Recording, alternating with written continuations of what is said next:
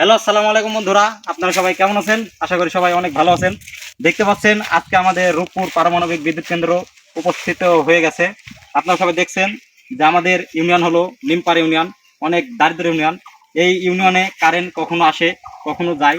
সেজন্য আমরা একটি বুদ্ধি খাটিয়ে আমাদের নিমপাড়া ইউনিয়নের ছোট বাচ্চা দেখুন কি ট্যালেন্ট। এরা ট্যালেন্ট, এতটাই ট্যালেন্ট যে এরা নিজেরা আপনাদের মাথার পরিশ্রম করে দেখতে পাচ্ছেন যে একটি পারমাণবিক বিদ্যুৎ কেন্দ্র উপস্থিত করেছে। সে বিদ্যুৎ কেন্দ্রে একটু সমস্যা দেখা দিচ্ছে, সেজন্য এখনো ভালোভাবে সেই বিদ্যুৎ কেন্দ্রটি স্থাপিত করতে পারেনি। সেজন্য আপনাদের কাছে, তো বন্ধুরা আপনারা সবাই দেখুন এখানে একটি ব্রিজও করা হয়েছে, নির্মাণ করা হয়েছে। দেখছেন যে ব্রিজটি অনেক সুন্দর একটি ব্রিজ করেছে, ওভার ব্রিজ। এই ব্রিজের উপর দিয়ে এপার থেকে ওই পার বিদ্যুৎ যাচ্ছে দেখুন কেমন করে। তো এখানে কম্পিউটারে একটি ছোট ভাই বসে আছে, তো দেখুন আসুন আমরা সেই ছোট ভাইকে একটু কিছু জিজ্ঞাসা করি। তো ছোট ভাই, আপনি এখানে কতদিন থেকে এই বিদ্যুৎটি উৎপাদন হচ্ছে এখানে? হ্যাঁ, এই বিদ্যুৎটা আমরা উৎপাদন করেছি প্রায় বয়স 1 বছর হয়ে গেল, কিন্তু মধ্যে এই কয়েক মাসের জন্য কয়লা ফুরিয়ে গেছিল, তো সেই জন্য আমরা বিদ্যুৎটি উৎপাদন করতে পারিনি। এই যে আবার কয়লা আমাদের সাপ্লাই হয়েছে এবং আমরা সেটা চালু করেছি এবং আমরা সেটাতে সক্ষম হয়ে গিয়েছি। এই যে আমি এই জায়গাতে কিছু কাজ করছি, এই কাজের মাধ্যমেই আমি ওটা কন্ট্রোল করছি এবং আমাদের এই নিমপাড়া ইউনিয়ন গ্রামে, নিমপাড়া ইউনিয়নে, তাই আমরা এই দারিদ্র উন্নয়নে এখন বিদ্যুৎ দিতে সক্ষম হয়েছি। হ্যাঁ, আচ্ছা ঠিক আছে।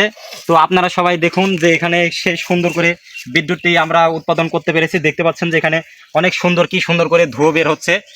তো বিদ্যুৎটি আপনারা সবাই নিচ থেকে, ক্যামেরাম্যান আপনারা সবাই নিচ থেকে উপর থেকে ধরুন, দেখুন যে বিদ্যুৎটি এখানে পারমাণু দিয়ে এখানে তৈরি হচ্ছে। এখানে কয়লার কোনো ব্যবস্থা নেই। সেজন্য আমাদের সরকারকে একটি আবেদন যে এখানে কয়লার ব্যবস্থা করে দেওয়া হোক, তাহলে আমরা কয়লা এবং পারমাণবিক দুটা দিয়েই এই বিদ্যুৎটি উৎপাদন করতে সক্ষম হব। তো বন্ধুরা আপনারা সবাই দেখতে পাচ্ছেন যে এখানে বিদ্যুৎটি অনেক সুন্দর করে আমরা কার্যকর এখানে করে ফেলতে পেরেছে। তো এখন আসুন আমি এই ভাইয়ের সঙ্গে কথা বলবো। এই ভাই অনেকক্ষণ থেকে পরিশ্রম করছে এখানে। তো ভাই, আপনি এখানে কতদিন থেকে এখানে কাজ চালিয়ে যাচ্ছেন, এটা একটু যদি বলেন। ভাই, আমরা 1 বছর থেকে এখানে কাজ চালিয়ে যাচ্ছি। এই যে ভাই আমার পারমানেন্ট এসেছে, তো আমরা এটা দিয়ে এখন জ্বালাবো। আপনারা সবাই দেখতে পাচ্ছেন যে পারমাণুটি এনেছে এই ভাই। দেখতে পাচ্ছেন ওর কাছে এক বোতল পারমাণবিক চলে এসেছে।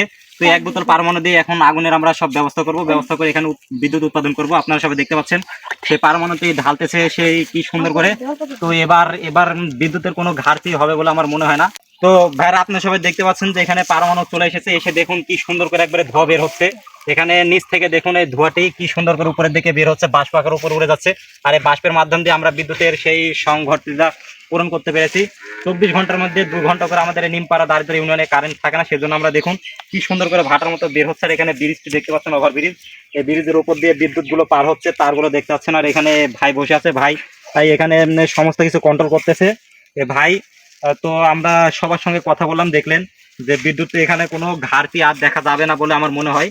তো আমি আমার বক্তব্য এখানে শেষ করছি। আর আপনারা সবাই ভিডিওটি অসংখ্য পরিমাণে শেয়ার করে দেবেন, যেন বাংলাদেশের সরকার এটা দেখতে পায় আর আমাদের বিদ্যুতের যেন কোনো ঘাটতি যেন না হয়।